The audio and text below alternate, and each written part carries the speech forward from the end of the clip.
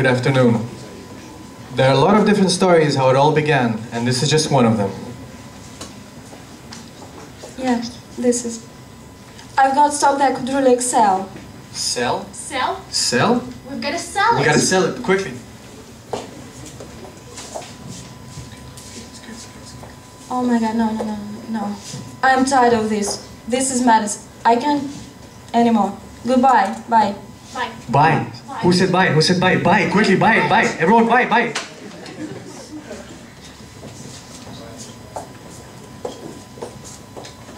Good afternoon once again, ladies and gentlemen. Thank you for having us here, and thank you all for coming. Today we will talk about different approaches the companies took in order to recover and recap from the crisis. Within 10-12 minutes, no. Let me introduce our team first. These wonderful ladies are Valerie and Margaret.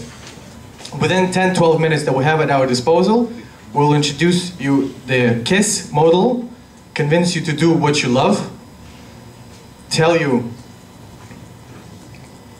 how to spend $86 billion, and tell you everything you wanted to know but are afraid to ask. You might be surprised with this funny outline, but actually we have a lot of serious things to cover, so let's get cracking. The world's financial crisis has become a powerful shock for the economies, which put the world on the brink of financial disaster. The consequences of this destabilization are still topical, and unfortunately there is no universal recipe which can help to overcome it.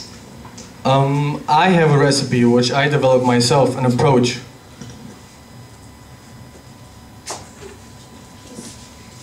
I call it the KISS approach. Have you put it in? Yes, I did. I call it keep short and simple. So here it is. I think it deserves a round of applause. I know it looks a little complicated, but it's all Greek to us. We're just kidding. Don't worry. So now let's be serious and take a closer look at this problem. The crisis is like a parasite that penetrates into the economy and changes or even destroys the system. Paul, am I right? Yes, you are. Valerie, would you tell us what's happening next? Yes. Generally speaking, when a crisis starts, there are two options for companies, even industries. The first one is to roll over and die, just like a cell, if it cannot stand against the virus. All of us know such examples as Lehman Brothers and some others. And the second variant, the more optimistic one, is the one we're going to talk about. Again, a cell fighting against the virus makes the body mobilize its resources, and some companies have done the same, and they have found the way out.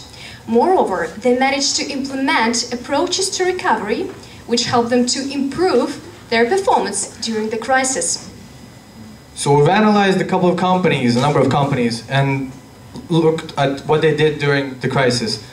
What kind of approaches they used during the crisis. So here they are. First of all, innovate. Try to be inventive. Then, divest. Think about the things that you don't need. Get rid of them. Thirdly, diversify your risks. Spread your risks. Consider possibility of mergers and acquisitions. Invest in renewables. Go green. And last but not least, restructuring. Adjust your system, your company's system. Now let's look at them a bit more closely. First of all, do you know any examples of the companies that have survived during the crisis and even benefited from it? Apple. Bingo. The company's success is evident. You can see it from the balance sheets of the company. But not to overload you with pure statistics, we'll tell you only one thing. During the lean years of 2007-2009, the total assets of the company excelled from $25 billion to $53 billion. And what about 2010? It is $86.7 billion. Can you imagine how much it is? Okay, so let's look at the strategy that the company did during the crisis. Who is that? Who should they be thankful to? Who takes all the credit? How dare you? It's a man who is known as one of movers and shakers of business. It's Steve Jobs who has invented his own innovative principles. Okay, now everyone, could I please ask you to put one of your hands up, just like this? Thank you. Swipe with it to the right, from left to the right, like this. So on the count of 3, everyone together. 1, 2, 3. Help you. Thank you. It is Jobs' innovative approach that is responsible for the breakthrough success of the Apple company. During crisis, it launched a couple of new models, such as iPhone 3GS and iPad. We're not even mentioning the second generation of an iPad, iPad 2. And it helped the company survive the crisis and even benefit from it. And what about divestments? This is another innovative secret of Steve Jobs and his team. You should focus on what you do best. Do what you love. Don't waste your time. Identify your opportunities in the first place. Get rid of what you don't need. Shoot over and over again. No half-baked ideas will do here. And you know, one more last thing we wanted to say about Apple. We've been thinking and decided that it would be really great for Apple to acquire one of the following companies. For example, MasterCard or Visa. And Apple will have the ability not only to change the market, but the whole world. Can you imagine? You can buy your groceries and other stuff with your iPhone. 350, please. Ching ching! You can buy an apple with Apple.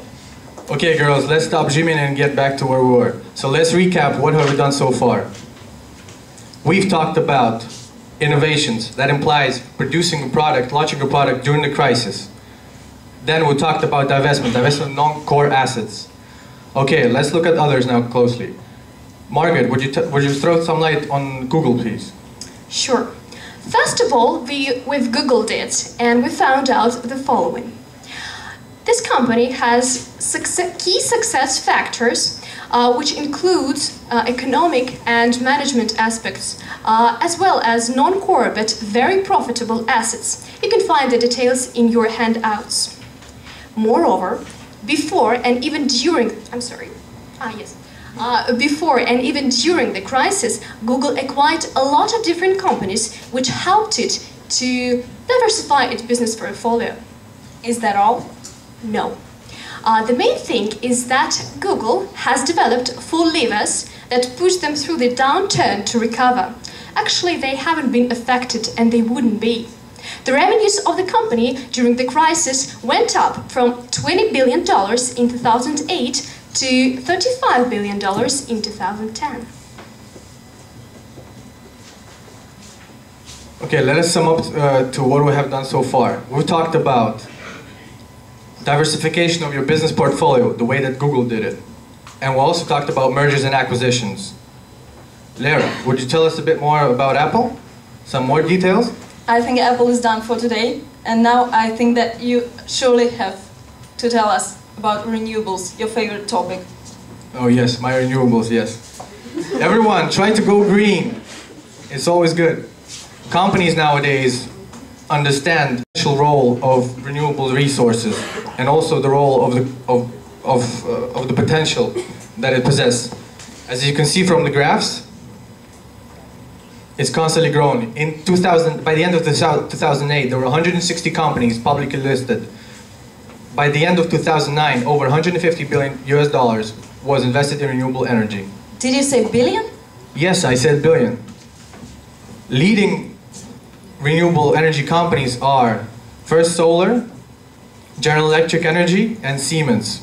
Just to look at an example, we'll take General Electric. General Electric invested over $6 billion only in 2010, which goes up to about a third of the whole portfolio that the financial services GE possesses. Do you believe it's a good strategy? According to figures, billions, yes I do. You know, guys, I've noticed that all of the companies we've considered perceived a crisis not as a threat, but as an opportunity. And as Steve Jobs recently mentioned, they haven't been resting on the laurels, but put their best efforts in order to recover. That's true, Margaret. But however, a lot of companies had to use a little bit different approach, which we shouldn't write off. I'm talking about restructuring. What can a company do in order to restructure? You can fire people, or in other words, you can make them redundant. You may reduce working hours in the office, work from home, conclude work share agreements, and you can even make people buy your own products. Like Panasonic did it during the crisis. And this what helps. These are the most common things that can be done. Let's sum up what we have covered today, the different approaches that different companies took. So here they are. Innovations. Divestment of non-core assets. Diversification of your business portfolio. Mergers and acquisitions. Investments in renewables. And restructuring. And to conclude, we'd like to say that there is no way to avoid a crisis. You just have to put up with it. Or try using the approaches that we have presented today. And that brings us to the end of our presentation. And we would like to finish it with a quote of Charles Darwin. It's not the strongest of the species that survives, nor the most intelligent. It is the one that is most adaptable to change. So, don't be afraid and don't look at your past. Just be adaptable enough to recover. Thank you for your attention. Thank you.